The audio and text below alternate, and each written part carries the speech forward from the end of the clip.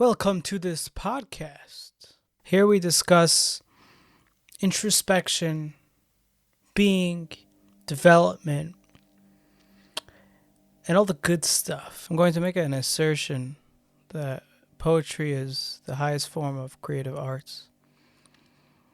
And I want to explore multiple fronts in that department and find the plus and minuses in each to conclude with that assertion. Okay, so let's begin with the most profound and most transparent of the arts, which is movies. Now, I want to isolate that into a specific category, meaning only movies and not TV shows and not other forms of video and entertainment other than movies. Because,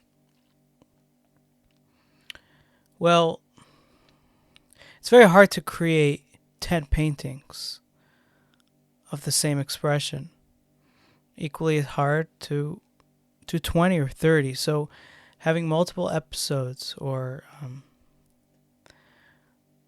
underdeveloped pieces of art, even though they are creations, they're not necessarily relevant to the creative arts conversation. Although obviously it's a creative endeavor to create a TV show. Although a movie, each frame is deeply developed, and the director specifically puts their persona in that expression so that the viewer really experiences a piece of art. And it's taken seriously, and so it is serious. I remember watching one of Peterson's analysis on Pinocchio, I think the 1950 around Disney's Pinocchio, and going through frame by frame and realizing the profundity in each expression. And he made the case that it's because they actually had to draw each scene in the early days of animation. And so everything was extremely specific. You were actually watching an unfolding piece of thousands of expressions of art. But in the same sense, nowadays, with great movies, you're going to have that same investment, though it's not going to be painted. It's going to be experienced in the editing office, in the sound design, and in so many different arenas, to create a final product that really can be called a piece of art. Okay, so let's stick to that in the world of video entertainment. So what are the pluses? Well, movies have brought art into... Movies is like the porn of art. It's so extreme in its expression that you become the piece of art. While one is looking at a piece of art, they need to engage in some sort of dialogue with that piece of art. The movie already brings you into that dialogue because of the potency of the experience. It's like you're there. It's real time. Because of the moving frames, because of the human dynamics, there's so many things that make it so relatable that one enters into the space of being in that piece of art. So in that sense, I think movies does trump every other notion of art, because the engagement is so deep and so real that nothing else can compare. So, why don't we conclude that movies is the highest form of art, creative arts? Well, in the director's experience, in the painting of the movie, in the subjective director's chair, it might be as profound of an experience. But we're always seeing it as, we want to see it as the viewer, as the objective viewer. And so The one problem with movies I highlighted a minute ago is that it's like the porn of art, and what makes porn so different than art is that it's too engageable. It's too much. It's too much information. It's too much experience. So one either overly engages, which is part of the marketing of porn, and the other is one doesn't want to engage at all because it's too much information.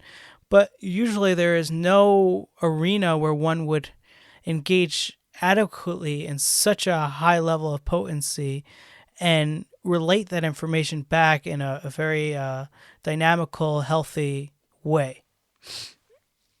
Okay, so this is the problem with movies, and it's something that I've heard directors are self-conscious about, which is the viewer, viewing the movie as just pure entertainment. Like, you enter it and then you leave and you go back to your life, as opposed to being a piece of art that you get to introspect about.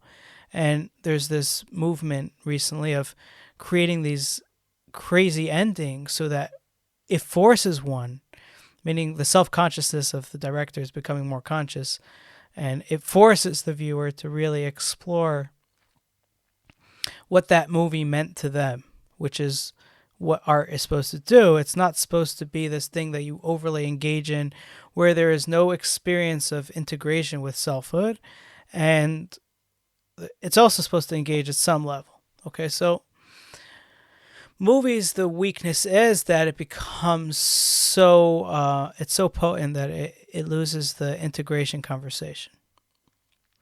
Okay, so that's the weakness. And we talked about the strength, that it does have the potency to grab you like no other. Let's move from that for a second. Let's go to another form of creative arts, like music. Okay, so music has become extremely popular in the sense of people really like and enjoy music. And I could imagine generations where it wasn't like this, and there's this almost obsession with music.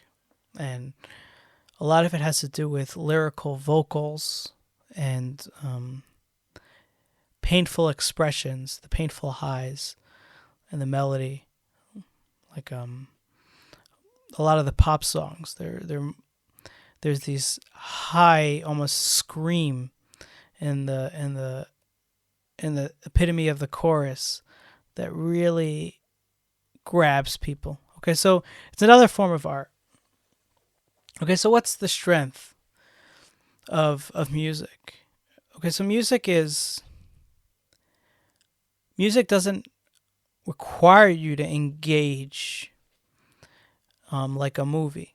You don't have to stop your life in order to experience the movie.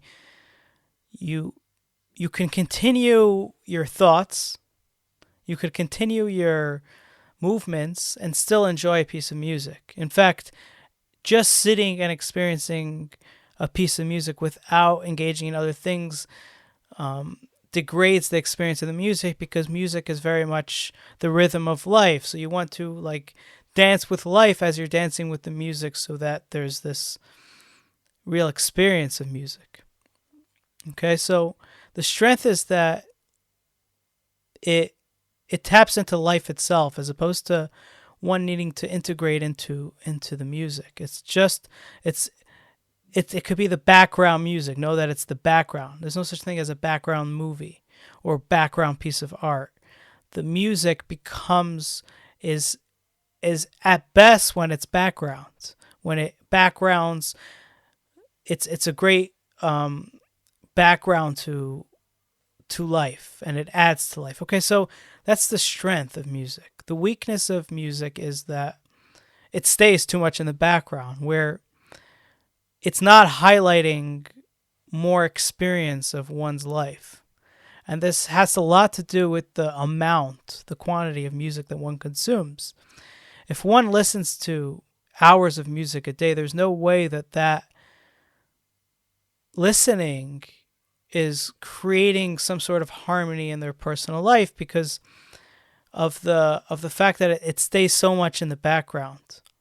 Now, you might say that one that puts it in the air and goes to work every day listening to new music would be experiencing it very profoundly. But in fact, because they're so used to hearing the music, and music is essentially all the same in its form of art, it stays very much in the background. It doesn't integrate into the experience of one's day. So music's weakness is the fact that it's only good in intervals and in short bursts, because the second it's overused, overconsumed, and this pertains to movies as well, or any art, but especially with music, it loses its potency and it stays too much in the background, and it's not dancing with life. And one would notice this if they take a hiatus from music for a certain duration of time, and then return to the music. They'll notice the first song they listen to is really dancing with life, and the second one loses it, and the third one is already gone. So you see right away that the weakness of music. Okay, so that's that.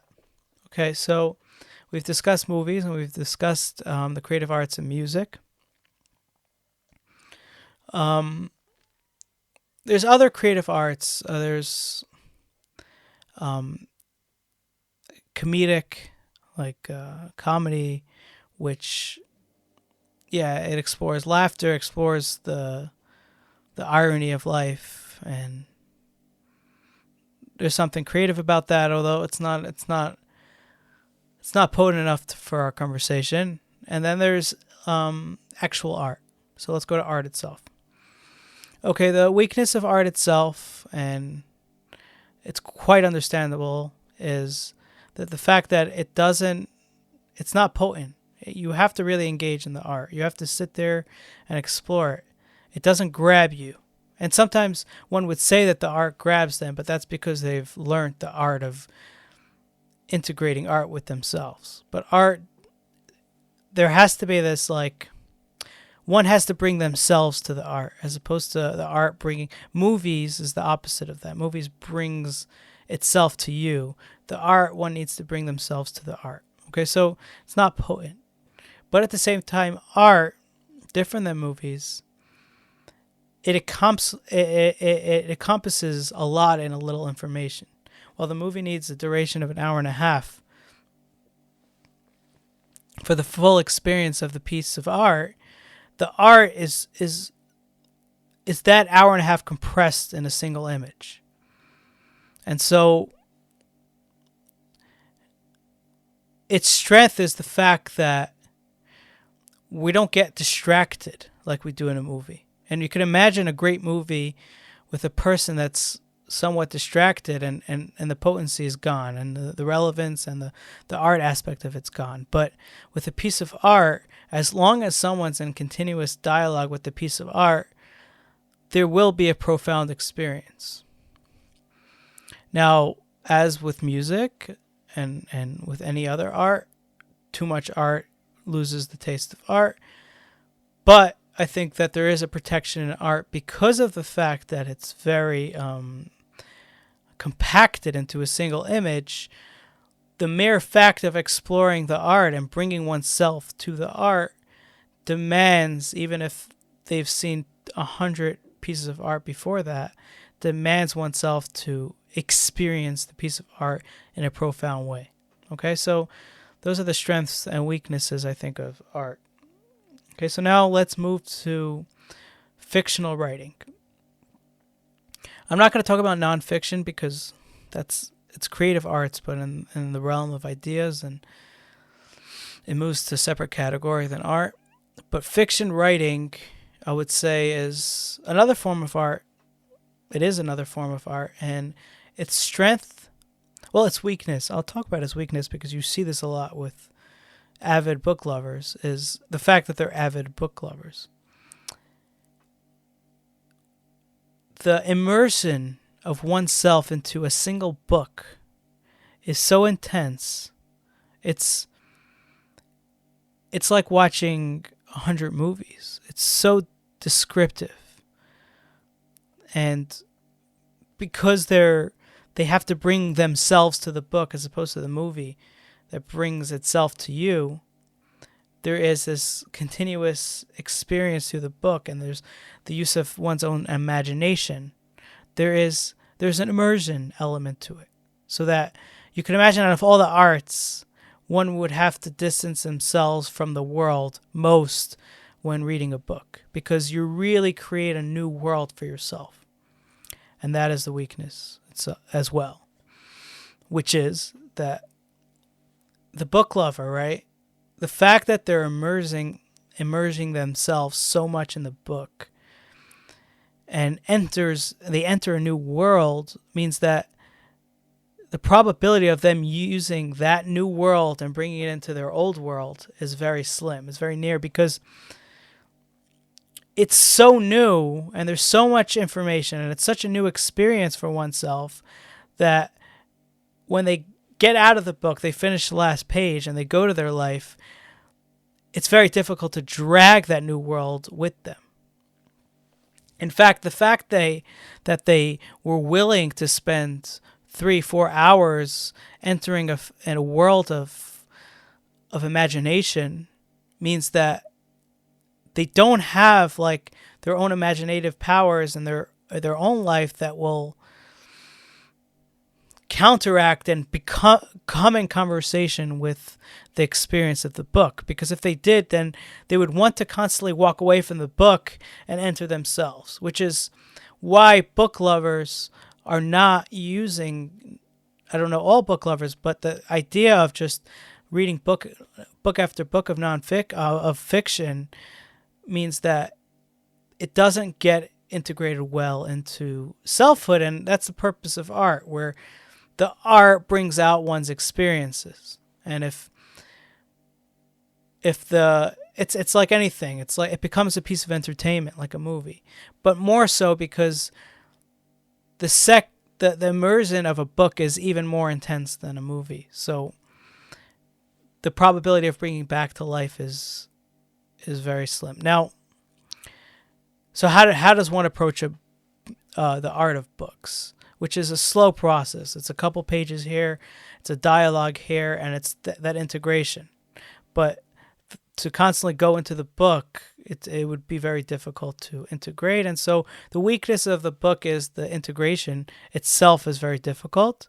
And the strength of the book is that it's a very deep exploration of imaginative worlds. So if one wants to explore good dialogue in their life, there's no better way than going to a real classic book that talks that explores that type of dialogue, that dynamic, and they could understand dialogue in their own life. But rarely is someone able to just integrate that deep dialogue that they've experienced in the book into their real life, because of how immersive the experience is and how difficult it is to drag it back to life. Okay, so those are a couple of the arts. Now, let's go to what I think is the highest level of art, which was poetry. Okay, so what is the strength of poetry? Well, the strength of poetry is like the painting. It captures the image in one single verse. It's compressed. A line of poetry could be 10 pages in a book. It really has so much information. And the author of the poet is cognizant of that the entire time, and extra words are not there. It also has the strength of music because of the rhythm. Poetry brings rhythm, so it's giving you a dance of life itself. It also has the strength of movies, because poetry is potent.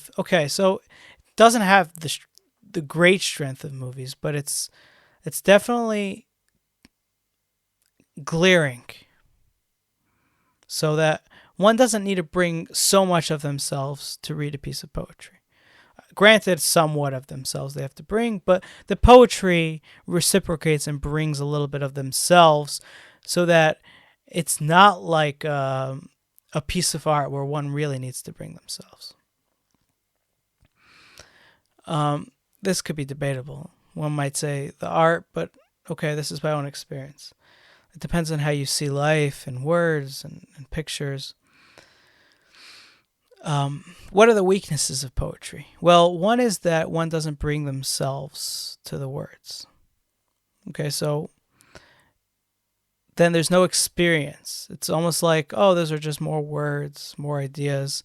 And I think in my own educational experience, when you're taught poetry for the first time, you're not appreciating it because you're not really taught how to bring yourself to it, because you're young and you don't know what yourself is and what it means to bring yourself and whatnot. So it's understandable why a youngster wouldn't get poetry. Okay, so what are more of its strengths, and why do I think that it's the best of the bunch? Well, because it captures movie-like descriptions of life, deep pictures of life. As well, it captures the rhythm and the dance of life. And it also captures deep ideas as well, where sometimes movies will lack because they're not giving you the idea. You have to figure it out, and sometimes you don't figure it out. Poetry brings it to you more. The one weakness, and we mentioned, is that one won't be able to, if one doesn't bring themselves to it, they won't experience it. Now, I think that weakness is small because of the fact that poetry itself is glaring. Okay, so I think that the weaknesses don't outweigh the strengths. And so the strengths of poetry really cover a lot of ground and could bring about one's experience of self very strongly. And also, there's another aspect. You don't overstimulate yourself in poetry. It's not like a book. Okay, that's another protective edge of poetry. It's not like a movie or a book where one will get stuck in the experience of the entertainment and not integrate it with selfhood. Poetry, you don't get too stuck in it. It's clenches so much so that you're like too in the poetry that it doesn't relate back to life. It's almost like there's a mechanism there. I think it has to do with the words as opposed to pictures, which prevents one from getting stuck in a piece of poetry. It's like you wouldn't find a person that's like loves a poem so much that they can't really that they don't bring it back to life. It's like, they love the poem and then all of a sudden it relates to their life. In loving the poem, life becomes a reality. It's like you can't love poetry unless it's really integrating to your life. So poetry really offers the integration. Poetry almost demands integration in its fundamentals. While movies could be turned into a porn-like entertainment, and paintings demand too much of oneself to bring them into the painting, and music gets stale really fast. It gets into the background, and so poetry and books is just too immersive. Poetry demands integration by just experiencing it. You won't get too immersive in the experience, and you don't need to bring too much of yourself. And it encompasses great ideas. So that's why I think that poetry is the highest level of creative arts. Thanks for listening. And if you would like to see the video version of this, check out my channel on YouTube.